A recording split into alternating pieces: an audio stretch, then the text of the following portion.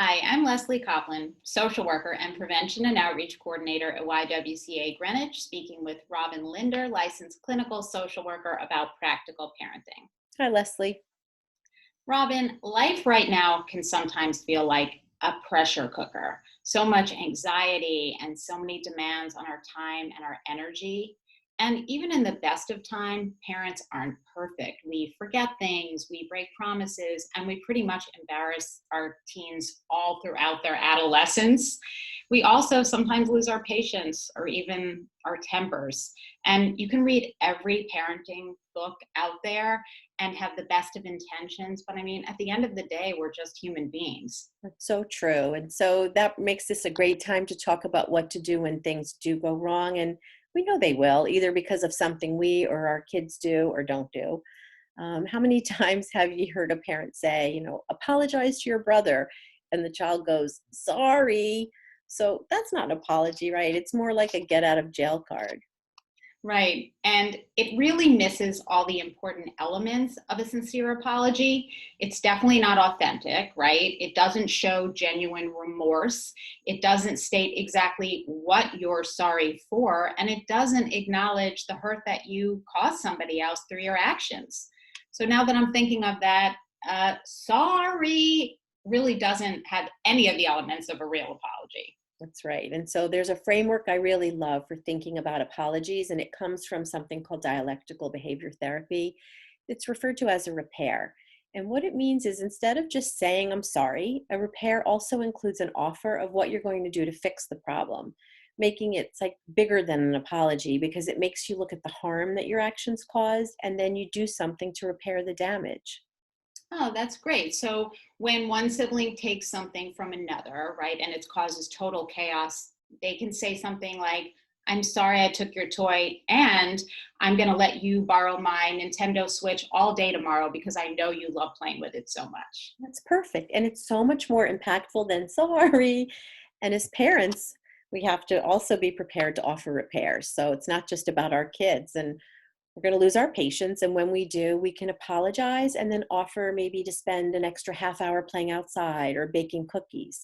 Just think about how much this gesture offers to our kids. It shows that we're fallible and that we can acknowledge our mistakes and we can take steps to do better. We're really owning the fact that we weren't patient and we want to slow down and do better next time. So I know sometimes parents really worry that apologizing somehow undermines their authority. I don't think that's true at all. I think it's the opposite. It really builds empathy and it can strengthen our relationship. I agree. And I also love the idea of brainstorming with our kids ways that we can do better next time. So if we do snap at our kids, it creates the opportunity to sit down with them and ask, how can we handle these situations?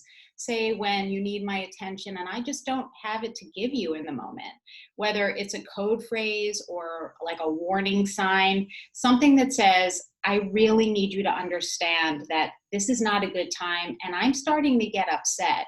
So my code phrase could be something as simple as, I'm sounding the alarm. That's perfect, right? And then another thing to look out for though is that sometimes we have the urge to justify our mistake. So we'll say, I'm sorry I yelled, but you're making too much noise and it's driving me crazy.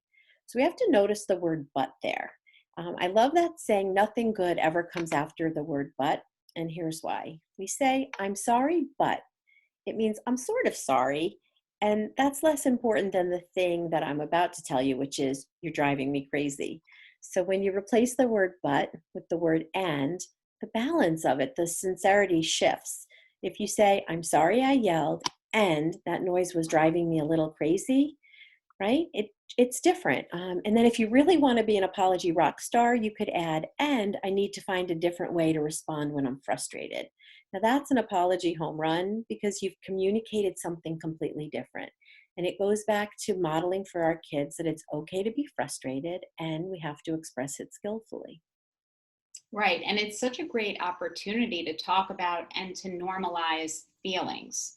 Whenever I teach students about healthy relationships, I'll ask them, who got angry today? And it's amazing how seldom any of them raise their hands. And I'll say, really? Because I got angry 3 times already today. And they'll always look back at me so shocked, right? Because that they've been taught that anger across the board is just bad. It's a bad thing.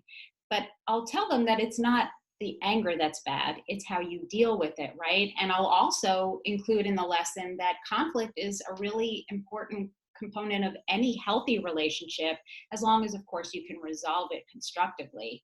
Compromising, taking responsibility for your actions is really part of a great repair. I agree. And then even when we do apologize or offer that great repair, we do have to remember that it's not a free pass to repeat the behaviors over and over again, because we have to build trust. And to do that, we have to walk the walk. And it's hard. But changing behavior, it's a process, and it helps to be mindful of the pitfalls that get in our way. So you have to be prepared that you might have to sound the alarm a few times.